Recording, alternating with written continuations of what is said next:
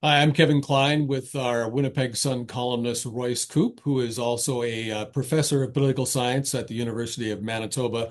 Royce, thank you very much for joining me on another issue. And the issue today that I want to talk to you about is an article in the CBC. I'm not a fan of the CBC. They've personally attacked me a couple of times, so I have my own feelings. But I saw a story that really caught my attention, and it was a bit of an attack on MLA Josh Guntner of the Progressive Conservative Party here in Manitoba.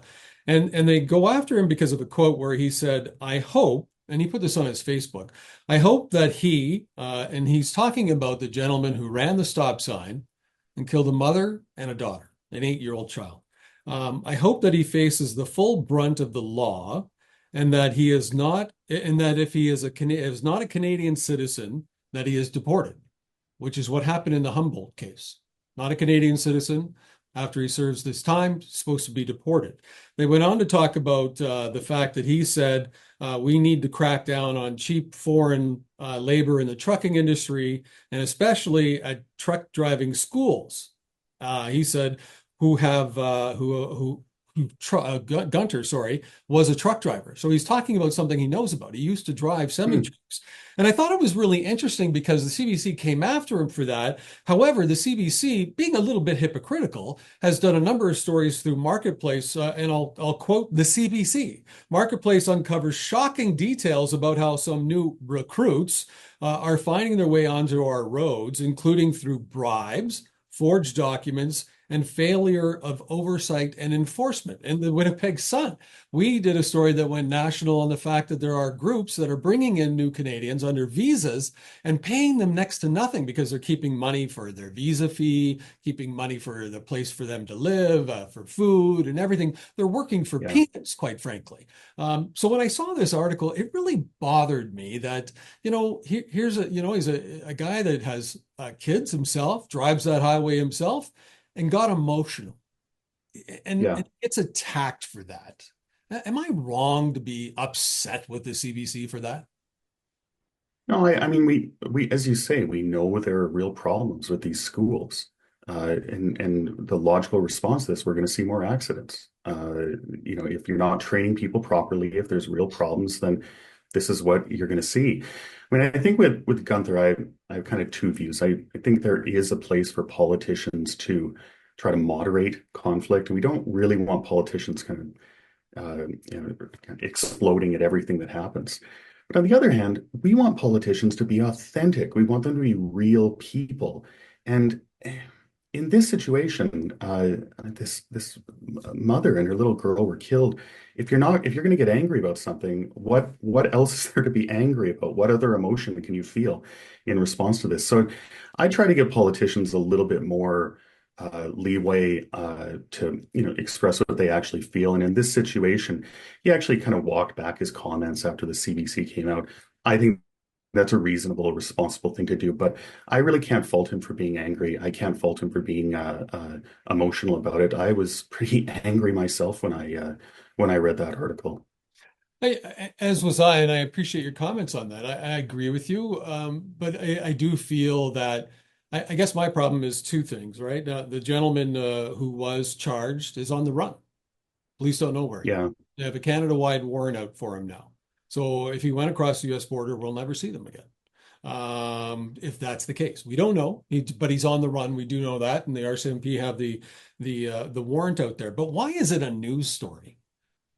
Like, why do we have a public broadcaster paid with tax dollars who are just as accountable as politicians in my book?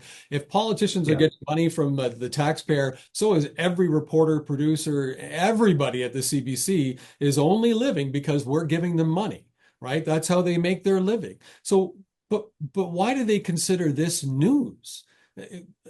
I guess that's what I don't understand. Like, is this what our society is becoming? They just want to hear like it's gossip, it's tabloid stuff, it's National Enquirer stuff to me. Yeah, yeah. Well, the other thing too is he representing the views of his constituents? Is he being a good representative? I can guarantee you that you walk into every cafe, every gas station, every restaurant in Borderland, people are angry about this, just like every other Tim Hortons in this province. And so, he's giving voice to that. That's being a good representative, is representing what people say. Sometimes we do want them to be responsible, don't fly totally off the handle, but I can't hold it against him. This is what people are saying.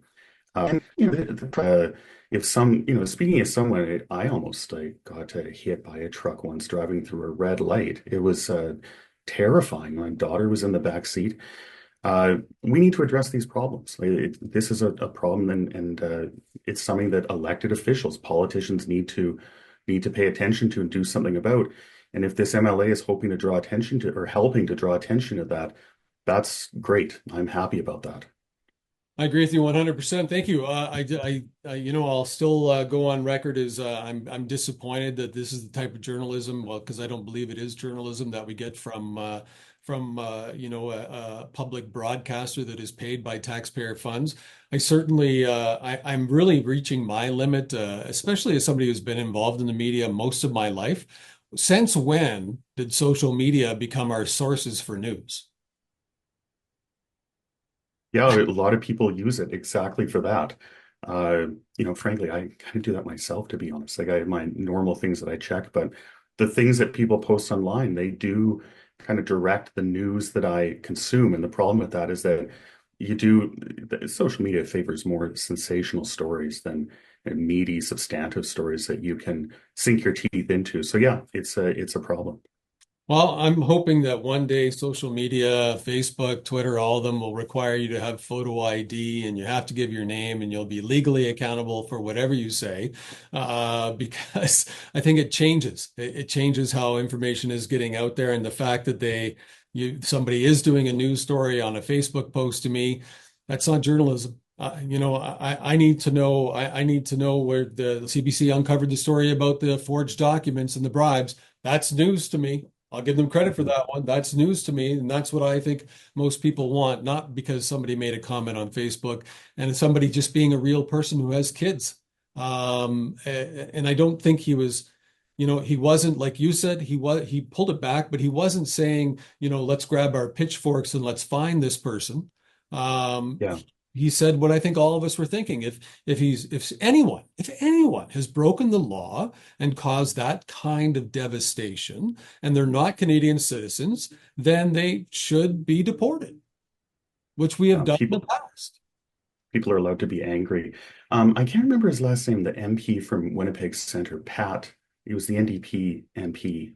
Uh, I can't remember now, but he would be quite emotional, quite explosive on Twitter, and people condemned him for it. And I actually liked seeing this human side of the politicians. I don't want to see these kind of robots that are constantly disciplining themselves and stepping on eggshells at every single thing that comes out of their mouth is being focus grouped ahead of time. I actually like to see politicians speak authentically, and I kind of hate to see it when they get discouraged from doing so. Well, I can tell you, I was certainly discouraged when I spoke out, and I'm glad I'm in this chair now and not that one. Thank you very much for your insight on this. Very, very welcomed insight, and I appreciate you taking the time. And we'll talk again next week. Thanks so much, Kevin.